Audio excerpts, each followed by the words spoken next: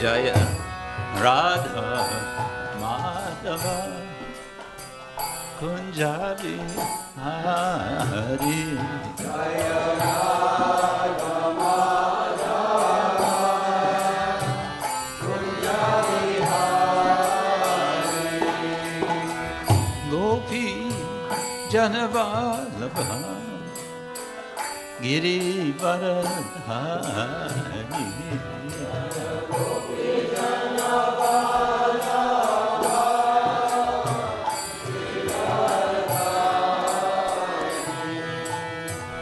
Gopi Janavallabha Girivaradhari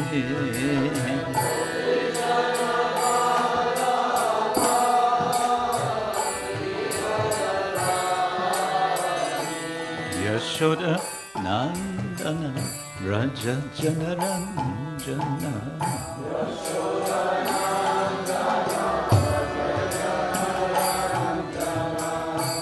Yashoda Nandana Raja Janaranjana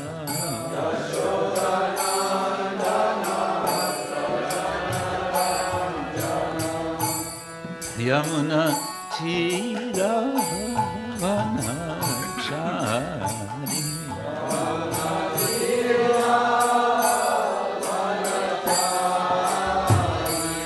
Yamuna Tira Vanachari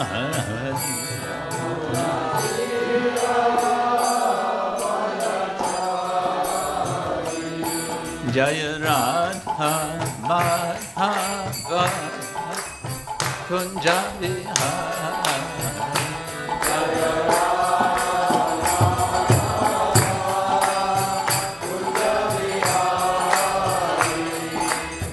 Gopi Janavallabha Girivaradhari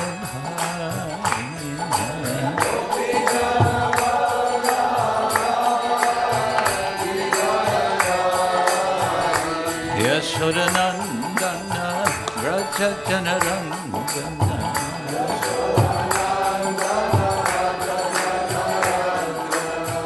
Yashodanandana Raja Janaranjana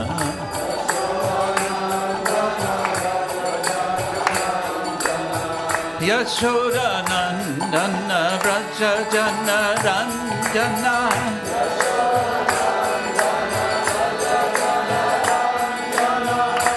Yamuna Tira Vanachari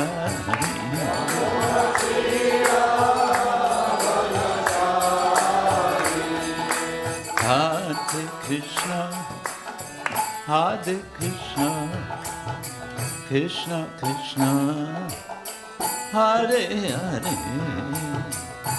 Hare Rama Hare Rama Ram Ram Hare Hare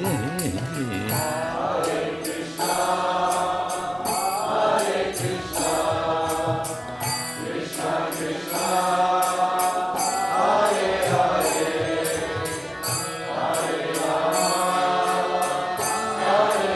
Hare Rama Hare Rama Hare Krishna, Hare Krishna, Krishna Krishna, Hare Hare,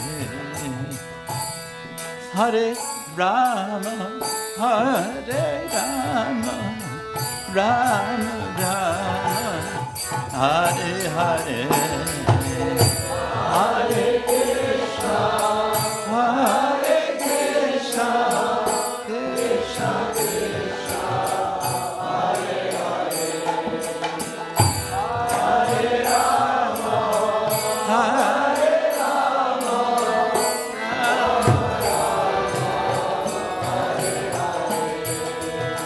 Hare Krishna, Hare Krishna, Krishna Krishna, Hare Hare, Hare Rama, Rama Rama, Hare Hare.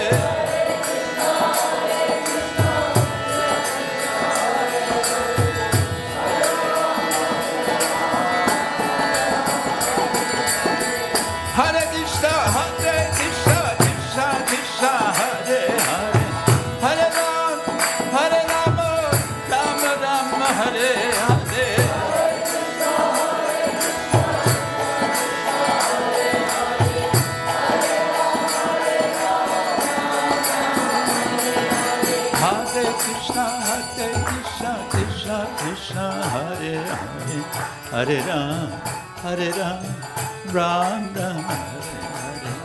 Hare Krishna, Krishna Krishna, Hare Hare, Hare Ram, Hare Krishna, Krishna Krishna, Hare Hare, Hare Rama, Rama Ram, Hare Hare. Hare Krishna, Krishna Krishna, Hare Rama, Hare Krishna, Krishna Krishna, Hare Hare, Hare Rama, Rama Ram, Hare Hare.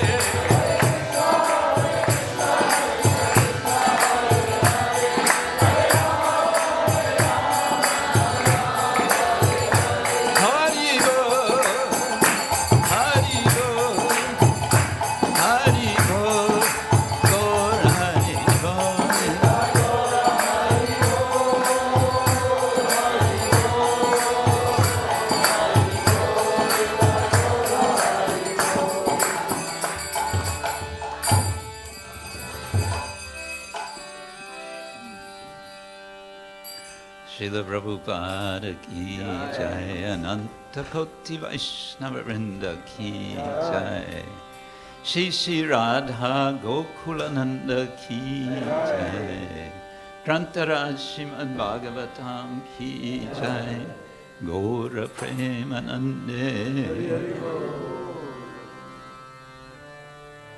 Om Ajnana-timirandasya Jnananjana Shalakaya Chakṣurum-militam yena Tasmai Shri Gurave Namaha. Shri Chaitanya Manobishtam Stapitam yena bhutale Swayam Rupa Karamaya Dadati Swapadantika. Vandeham Shri Guru Shri Uttaparakamalam Shri Guru Vaishnavanscha Shri Rupam Sagrajatam Sarna Raghunatam Vidantam Sajivam Sadvaitam Savarutam Parijana Sahitam Krishna Chaitanya Devam Shri Radha Krishna Padam Sahagana Lalita Shri Vishakhanvitamscha. Nama Om Vishnu Padaya Krishna Prasthaya Bhutale Srimate Bhaktivedanta Swami Niti Namine. Namaste Saraswati Deve Gauravani Pracharine Nirvishesha Shunyavadi Paschachadeshata Vancha Kalpatarubhyascha Kripa Sindhubhya Evacha Patitanam Pavanebhyo Vaishnavebhyo. Hey Krishna, Karuna Sindhu, Dinabandhu Jagatpate, Gopesha, Gopika Kanta, Radha Kanta Namostute, Tapta Kanchana Gaurangi, Radhe Vrindavaneshwari, Vrishabhanu Sute Devi, Pranamami Hari. Jai Shri Krishna Chaitanya Prabhu Nityananda Shri Advaita Gadadhar Shivasari Gaura Bhaktavinda. Hare Krishna Krishna Krishna Hare Hare, Hare Rama Rama Rama Hare Hare. Om Namo Bhagavate Vasudevaya.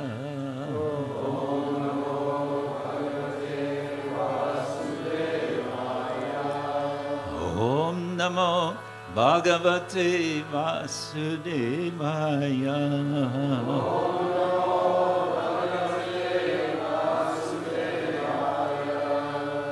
Om Namo Bhagavate Vasudevaya.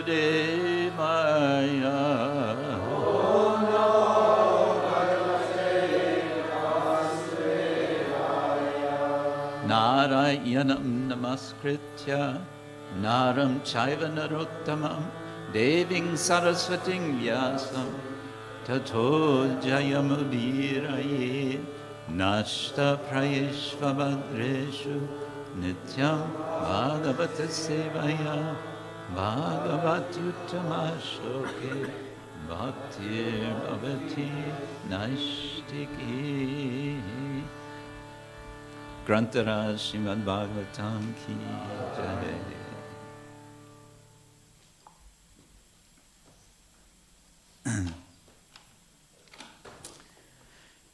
Hare Krishna, good morning, everyone.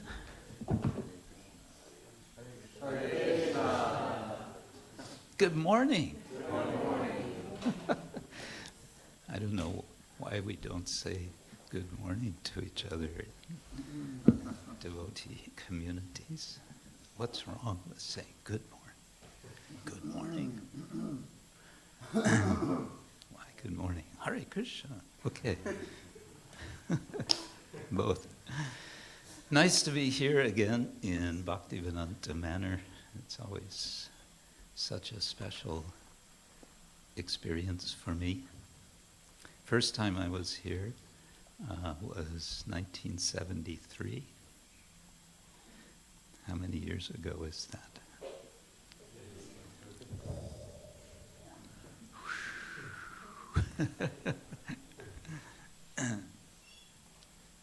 How many of you were already in these bodies at that time? A few of you, not many. Some of you won't admit that you were already here. Okay. No, it's a wonderful thing. So this year is celebrating 50 years. 50 years of Bhaktivedanta Manor, yes? Yes, and this is... Yes, we look for any excuse to celebrate, don't we? But I think we have a special reason to celebrate in this case. So many special reasons, but this is nice. Krishna consciousness is about celebration, right? So today we're reading from Srimad-Bhagavatam. This is Canto 2. Chapter 10, the final chapter of Canto 2. The chapter is called Bhagavatam is the answer to all questions. And we may discuss a bit why that's the case. This is verse number 21, and we can chant together.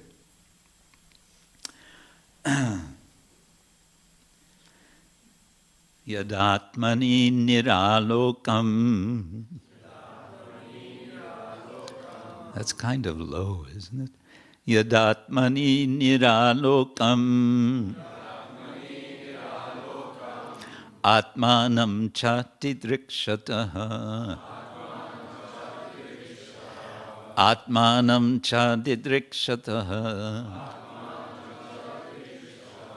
nirbhinne akṣiṇī tasya.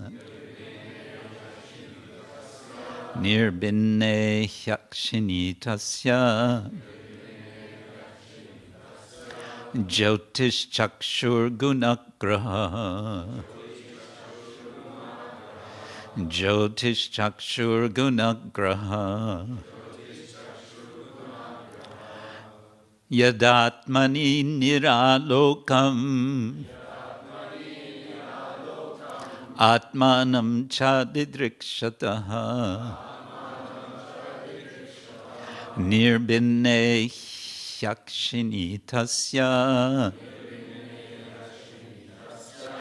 jyotiś cakṣur guṇa-grahaḥ. Others? yadātmani nirālokam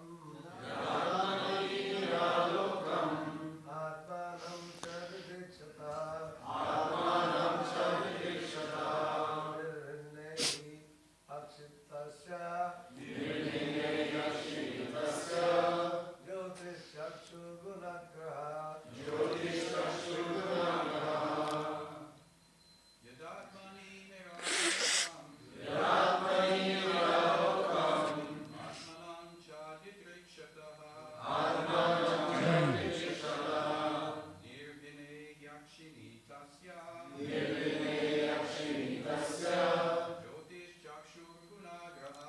jyotiś cakṣur guṇa-grahaḥ yadātmani nirālokam ātmānaṁ ca didṛkṣataḥ nirbhinne akṣiṇī tasya jyotiś cakṣur guṇa-grahaḥ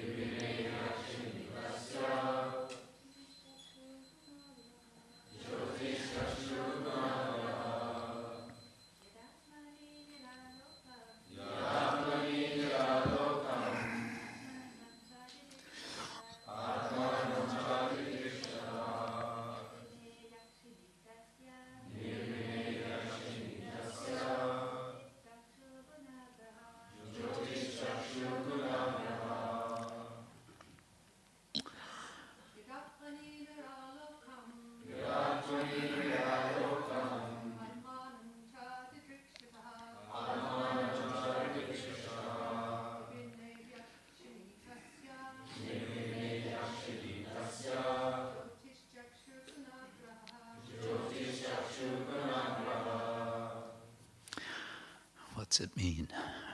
Yadā. Wow. Ātmani. Unto himself. Nirālokam. Without any light. Ātmānam. His own transcendental body. Cha. Also other bodily forms. Didṛkṣataḥ. Desired to look upon. Nirbhinne. Due to being sprouted. He. For. akṣiṇī. Of the eyes. Tasya. Of him. Jyotiḥ. The sun. Cakṣur. The eyes. Guṇa-grahaḥ. The power of seeing. Translation and purport by His Divine Grace A.C. Bhaktivedanta Swami, Srila Prabhupada Ki Jai. Translation: thus, when everything existed in darkness, the Lord desired to see himself and all that was created. Then the eyes, the illuminating God's Son, the power of vision, and the object of sight all became manifest. Purport: the universe is by nature dense darkness, and therefore the total creation is called tamas, or darkness. The night is the real feature of the universe, for then one cannot see anything, including oneself. The dark out of, the Lord, out of his causeless mercy, first desired to see himself and all the creation as well. And thus the sun became manifested. The power of vision for all living entities became possible. And the objects of vision were also manifested. This means that the whole phenomenal world became visible after the creation of the sun. And so ends Srila Prabhupada's purport to this verse. Yadātmani nirālokam ātmānaṁ cha didṛkṣataḥ nirbhinne akṣiṇī tasya jyotiś cakṣur guṇa-grahaḥ. Thus, when everything existed in darkness, the Lord desired to see himself in all that was created. Then the eyes, the illuminating God's Son, the power of vision, and the object of sight all became manifest. Those of us who have power of sight we may tend to take our power of seeing for granted. This verse, one way to appreciate, I think, this verse, is as a reminder not to take it for granted that we can see. There are, of course, people whose sight has been lost in the course of their lives, or even are blind from birth. I knew one gentleman who had been blind from age 3. He was a professor of philosophy, and I was hired to assist him. This was many years ago, before I came to Europe. And he would have me read to him philosophy books, John Locke. And what struck me, one thing that struck me about his blindness was how much he could see without his eyes. That is, in particular, his power of touch and his power of hearing.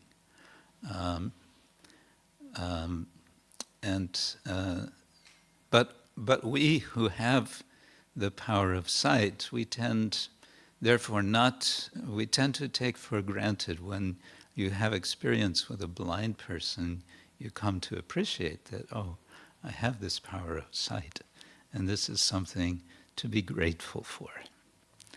And in particular, we can be grateful to the Lord, and more specifically, we can be grateful to the Lord for his desire to see. This verse has the word didṛkṣataḥ,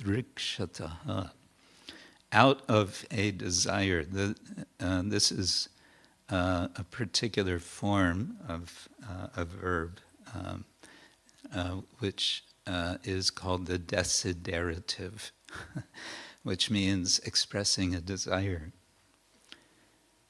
We have this in atato brahma jigyāsaha. Jigyāsaha is also a desiderative. Give you a little Sanskrit grammar lesson on a Sunday morning. Desiderative. So jigyāsa, the desire to know. Atato brahma jigyāsa. Hence now, the desire to know Brahman, or out of the desire to know Brahman, we will discuss the Brahma Sutras, also known as Vedanta Sutra. So here we have the Lord, didṛkṣataḥ, desiring to see. One may wonder about this. How is it that the Lord is desiring to see. Certainly he always sees, and certainly that's true, but what we're getting here is a way of understanding how the creation as a whole, in relation to ourselves, is a matter of interdependence. And from this understanding of interdependence, specifically here, what's the interdependence? Well, if we want to see, we need to have the sunlight, we need to have eyes, we need to have the power of vision, because you might have eyes but not have the power of vision. Just like my blind professor. He had eyes, but he had no power of vision. And the object of vision, something to look at, has to be there as well. All of these factors are there. And this is elaborating, this section of this chapter is elaborating on a verse which you have all read, if I remember right. It's verse number 9, which is giving the general principle in a rather technical way. Is it 9? No, number 8. Okay, back to number 8. Yo adyatmiko ayam purusha saha asav eva adidaivikaha yas tatra ubaya vicheda purushaha hi adibotikaha. The individual person, this is talking about purusha in 3 different forms, so it gets technical, but bear with me, there's a point. The individual person possessing different instruments of senses is called the adhyatmic person. Okay, and the individual controlling deity of the senses is called adidaivik. What is the individual controlling deity of the senses called?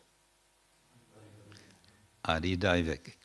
The embodiment seen on the eyeballs is called the adibotic person.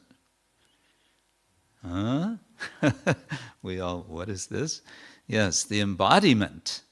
The physical body, seen on the eyeballs. That means when you look at someone else, you will see yourself mirrored in their eyes. What is that you see? That is called the adibotic self. Okay, right. So, what is all this about?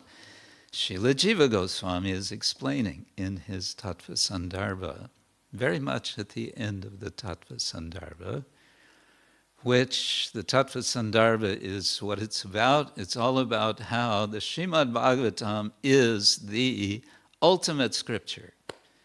You want to know what to study of Vedic literature, or you want to know how to know anything, you want to know higher knowledge, go to the Srimad-Bhagavatam. That's in a very systematic, analytical sort of process of elimination.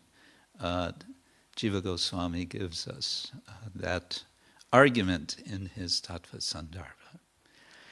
And toward the end, yes, practically at the end of the Tattva Sandarbha, he talks about this chapter of the Srimad-Bhagavatam, in which, at the very beginning of the chapter, what do we get?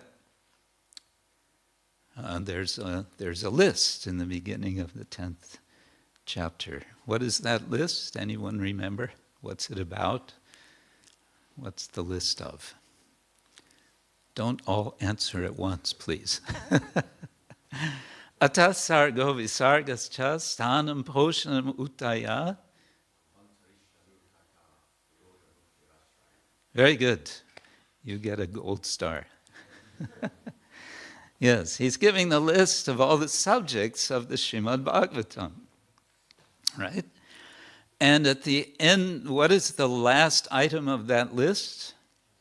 Ashraya. And what does ashraya mean? shelter. And what does shelter mean? Why shelter? What's shelter about? Shelter means there is a shelter to all of the other 9 principles. And it's not what is that shelter, it's who is that shelter. And who is that shelter? Ete changsa kala pungsa. Krishna's tu Bhagavan Svayam.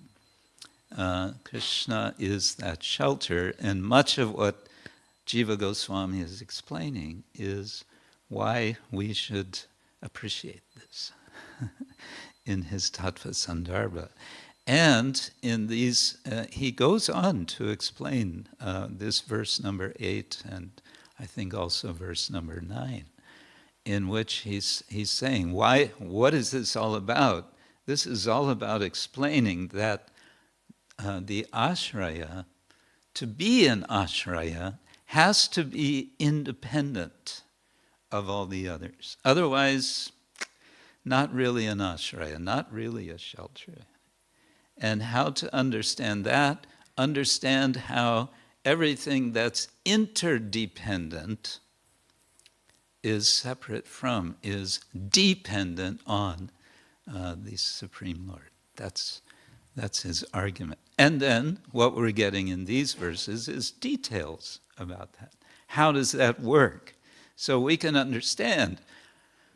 We are seeing, those of us who are blessed that we have physical sight, until one day when we're, older, we get older and older, and our sight maybe fades, and then maybe is no longer there. But now we have sight. How is it that we see, oh, there's the sun, and oh, I have eyes, and oh, I have the power of sight, and oh, I have something to look at. How wonderful. All right, so what? We may still say. And here is the sort of actual point that Jiva Goswami is giving. If there is an ultimate shelter, then what is our relation to this ultimate shelter? What do we do as a consequence? How do we respond to an ultimate shelter? We serve the ultimate shelter. So sarvopadi vinirmuktam tatparatvena nirmalam. Rishikena sevanam bhaktirutta. Yes.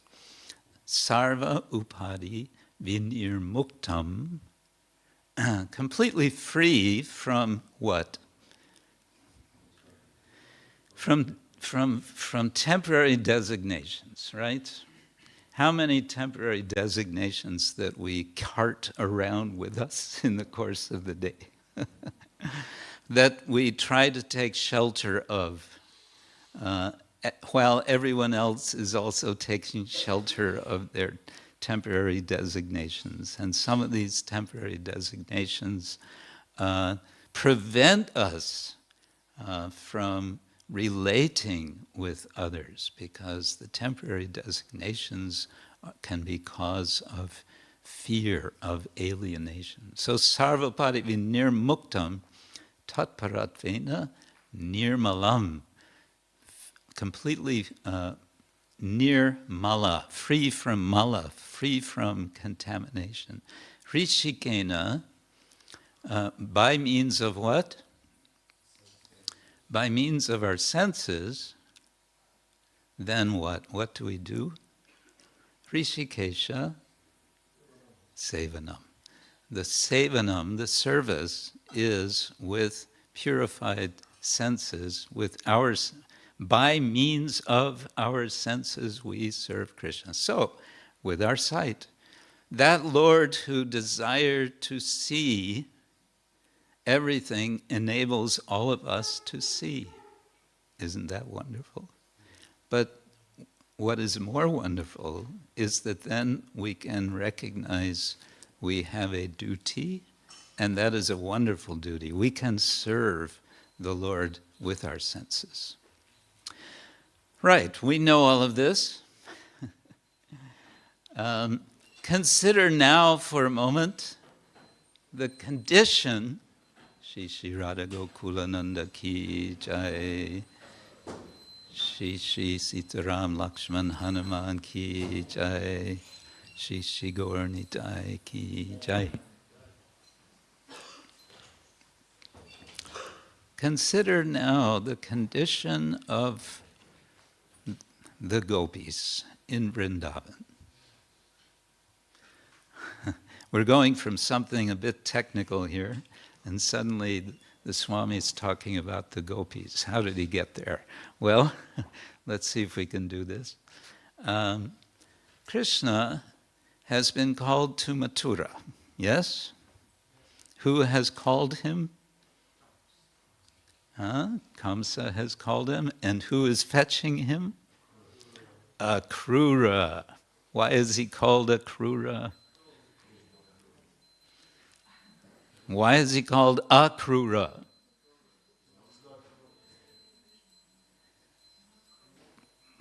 We may well wonder why he is called Akrura, because he is very cruel. And why is he cruel? One reason the Gopis give, they give several reasons. One of the reasons that he is cruel. Do you want to know? No? Okay, one of the reasons he is cruel is because he is denying them of their sight. Why is he denying the Gopis of their sight? Yeah, if Krishna is going, then they have nothing more to look at. Why would you want to see anything in this world? That's their mood. That's quite something, huh? Their only desire is to see Krishna, and now Krishna is going away. So what is the purpose of their power of sight? There's no more purpose. This is their complaint. Well, okay, let's think about, sevanam, rishikena rishikesha sevanam. What about another servant of Krishna in Vrindavan? How about Govardhan, who is sometimes identified as the Lord himself, no doubt, and he is sometimes, including by the Gopis, identified as the best of devotees, right? Hantaya madhirabala haridasavarya yat Rama Krishna charana sparasha pramodha manang tanoti sahago ganayos tayor yat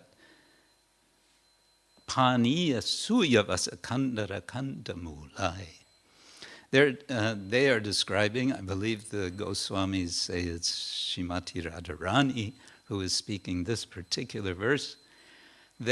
She is glorifying Govardhan as Haridasavarya, as the best of devotees, and then giving details about why it is that he is the best of devotees.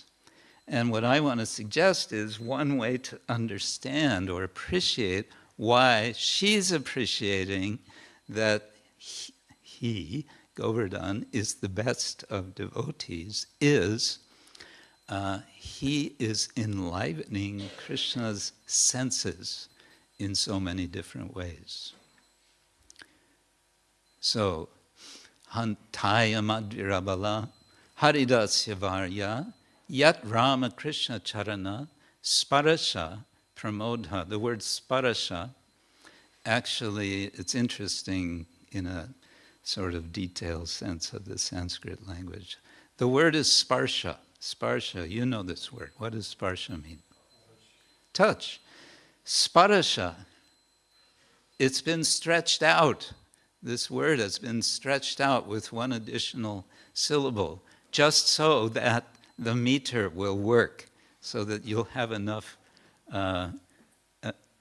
syllables to make the meter scan, as it's called. Anyway, Sparasha Pramodha, he is thrilled, that is, Giriraj, Govardhan is thrilled, himself, his sense of touch is thrilled. How or why? What's happening on the top of Govardhan hill? Yat Rama Krishna Sparasha Pramodha. What are Rama, what are Balarama and Krishna doing on Govardhan? They're walking, they're running, they're jumping, they might be dancing also, right? And the touch of their feet is thrilling, is thrilling, Giriraj. Yes, and also, Manang tanoti sahago ganayos tayorya paniya suyavasa kandara kandamulai. There is water for the cows. Suyavasa, there's very sweet grass, long, sweet, rich grass for the cows, just as you have here in the summertime for the cows. Finally, they can come out. What was the date that the cows came out? Finally? Huh? End of April they came out. Uh-huh. And it's a big celebration. Why? Because the cows are so thrilled. So the cows are thrilled also on Govardhan. What is it? Paniya suyavasa kandara kandamulai. There are caves. And what are the caves good for? The caves, huh? Hide and seek, exactly. Who has played hide and seek when you were children? So, who is the primordial player of hide and seek? Krishna and Balaram and all the cowherd boys. They're all playing hide and seek. And where are they doing this? At Govardhan. So Govardhan is providing. And then Kandamula. Kandamula are particular kinds of roots and some sort of edible. I'm not exactly sure what it is. Something which is pleasing to the taste. All of these different sensual experiences, you can say, are provided by Giriraj. And so Giriraj becomes Haridasa Varya for this reason, and for so many other reasons.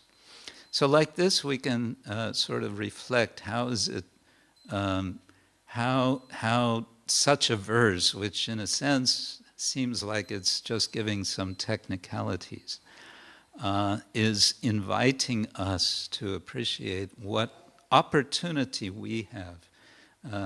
And what is that opportunity? We have an opportunity to serve the original seer, the original Lord who sees, and he wants to see himself. What is that? He wants to see himself. Yes, who is more attractive than the Lord? And so the Lord wants to see himself. And of course, there's the pastime of him looking into the mirror or looking into the reflection in his palace and seeing himself and being astonished. But also, he wants to see himself as the devotee sees him. And therefore the Lord appears. How? In what form does he appear? As Chaitanya Mahaprabhu. Just think about this. The Lord himself is appearing as Chaitanya Mahaprabhu to experience himself as the Lord. He's coming in the form of the devotee. So that's also, we may want to say, hinted at in this verse. Now there's one more sort of suggestion I want to draw out of this, not just this verse, but this section, this chapter.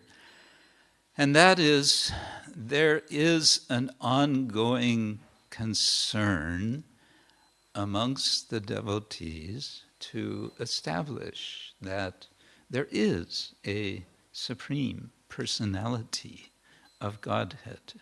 And in particular, they want to address those who would deny that there is a supreme personality of Godhead.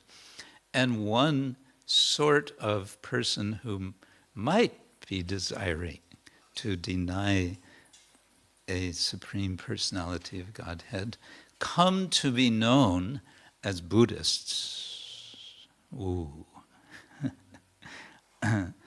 And one of the principles that the Bhagavatam is emphasizing repeatedly is that there is a supreme original cause.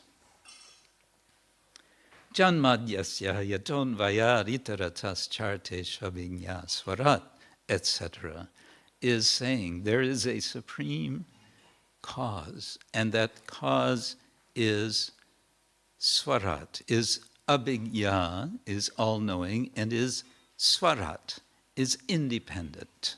So that idea that there is a Lord and he is independent is emphasized in this chapter, as drawn out by Srila Jiva Goswami. Okay, the Buddhists have their idea of causality. What is that idea? You may say, I don't want to know. I don't want to know anything about the Buddhists. Okay, that's okay. Huh? You want to know? Who wants to know? Okay, so it's a technical term, pratitya samutpada. The idea of what is called dependent arising, dependent arising. The idea is that there is a cause for things to be as they are, but before that there's another cause. And before that there's a cause of that cause, and before that there's a cause of that cause, and it takes us into a grand circle, which they identify generally as having 12 principal aspects. And it's a grand circle, and it's describing the condition of samsara. And the condition of samsara, they say, is explained by this. And having explained this, you can understand how to get out of it by reversing it. You can reverse the system of causation. But there's no place within that, either this way circling or that way circling, for an independent cause. And so the Bhagavatam is saying there is an independent cause. And also Lord Brahma is saying, Ishvara Parama Krishna Satchit Ananda Vigraha Anadir Adir Govinda Sarva Karana Karanam, a cause of all causes. Now you can say that to a Buddhist, but then what's the Buddhist going to say? He says, oh, that's in your scriptures. We don't accept your scriptures. Hare Krishna. Therefore, Jiva Goswami comes back and says, well, that's too bad, because if you really want to think about how it is that you know anything, then you should understand that the best way to know anything is to hear from Srimad-Bhagavatam. And here's why. And he gives us the whole Tattva Sandarbha to explain why. So there you go. Yes, so I wanted to highlight, this is something that the Bhagavatam is doing, is in so many ways giving arguments, and at the same time as giving arguments, it's to those who would say there is no supreme, there is no person to serve. At the same time, of course, it's urging us, yes, you have the Lord Himself just waiting for you to accept your service. And when we make that service, then the Lord is thrilled. As Haridasavarya, as the best of servants, he is thrilled when Krishna and Balaram and the Gopis go running over Govardhan hill. So we might, for today, like to remember Krishna and Balaram running and jumping and hiding on Govardhan hill as a way of remembering the Lord, but remembering also Giriraj as best of the servants, and how we can be servants of the servants in such ways that we can contribute to the pleasure of Rishikesha, the Lord of senses, the Lord who has senses. Hare Krishna. Grantaraj Srimad-Bhagavatam ki jai. If there's any reflection on any of this, or a comment, or a question. Yes, Taran.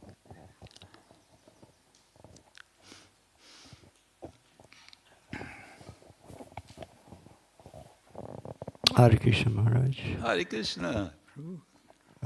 You mentioned Buddhists in a number of times. It's interesting that they deny in Vedas, but their scriptures, their philosophy, law of karma, it's all Vedic conclusions written down. So, in one sense, they don't have their own philosophy almost. So you probably studied Buddhism. I just know a little bit, but Say again. In Buddhist scriptures, Yeah. there's so much descriptions from Vedas right there. So they said they rejected the Vedas, they don't accept, but whatever they have, for example, descriptions of heaven and hell, law of karma, and even names like Yamaraj in Buddhist scriptures. So how can they consider that they deny Vedas, but actually the scriptures is based on Vedas? Well, in particular, as Srila Prabhupada says, they are rejecting the injunctive feature of the Veda, specifically the injunction to perform sacrifice, right? And because there are Vedic injunctions to perform sacrifice, some of which are animal sacrifice. So that's rejected, and we can say, well, that's kind of not such a bad thing, is it? But as again Prabhupada explains, it was felt to be necessary to reject the whole package, because the Brahmins were saying, how can you reject sacrifice? It's in the Veda. And Veda is, authority. And so essentially the response, so we understand, the response was, well, if that's the case, then we reject Veda. So that's kind of the logic. But yes, many scholars have recognized that there's a lot of things in the Veda, but in particular in the Upanishads, which you find also in the Buddhist Pali canon, for example. There is a lot there, but they like to say it is possible that these are borrowed, but they don't want to commit themselves to say that because as historians they're hesitant to say which came first. Yeah. Yes.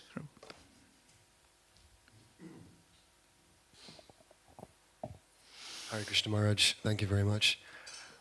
Srila Prabhupada mentions that the living entity serves Krishna either directly or indirectly. And I would like to understand how it is that we are actually serving within illusion in this material energy. How is it that we're actually rendering service, although it's unfavorable or unconscious? Interesting. That brings me to think about, was it 2 days ago? We had Harinam in London, downtown London, West End. Who was there for Harinam?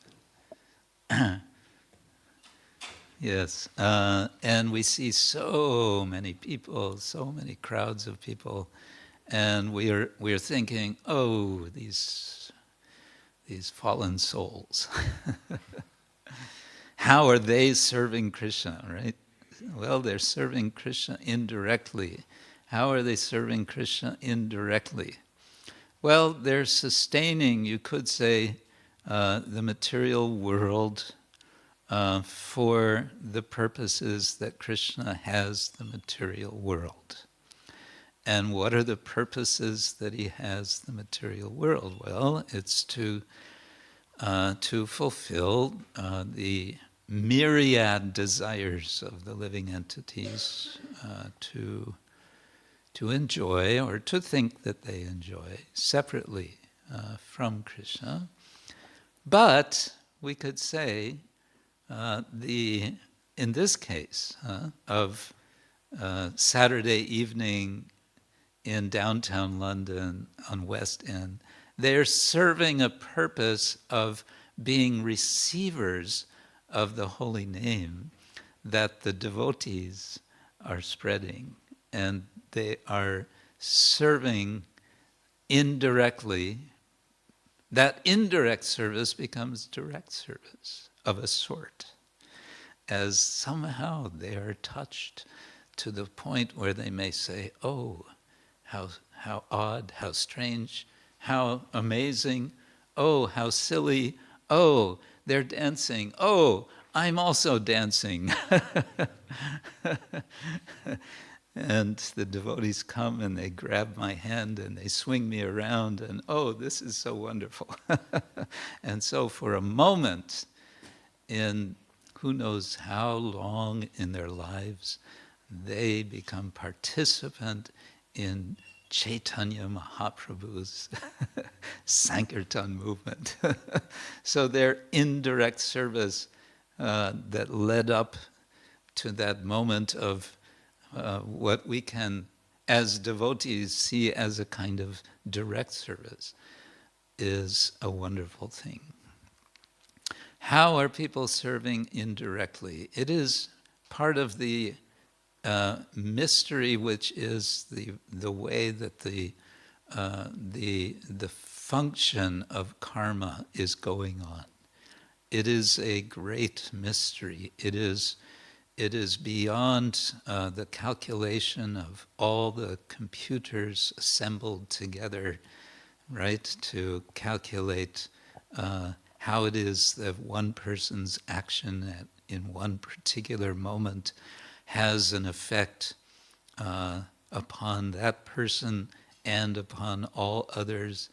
It's inconceivable how the entire nature is functioning in all its complexity.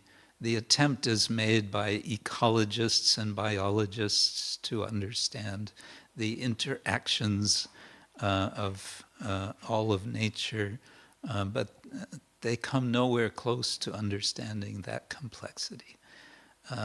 How is it that they are serving the Lord indirectly? Indeed, it is a wonder. but it is all understood. And that subject is there in the Brahma Sutras, the Vedanta Sutra. How, not how so much why. That why question is always there. Why this creation? Why? So that is discussed in the Brahma Sutras. Yeah. Comments from the ladies? Anything? Shanti, shanti, shanti. Complaints? I don't see. You're pointing. Huh? Oh, Mother. Oh, you're hiding, Mother Vishak. Comments, Mother Vishak.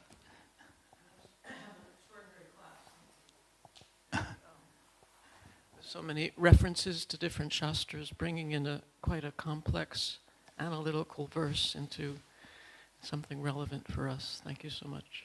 Oh, Hare Krishna. Thank you so much for your amazing service here. I'm amazed that you're still marching forward. So are you. We're following you. No, it's so wonderful what's happening here. Good. So I wish you all a wonderful day today. Srila Prabhupada ki jai. Ananta Goti Vaishnava Vrinda ki. Gaur Premanande. Hare Krishna.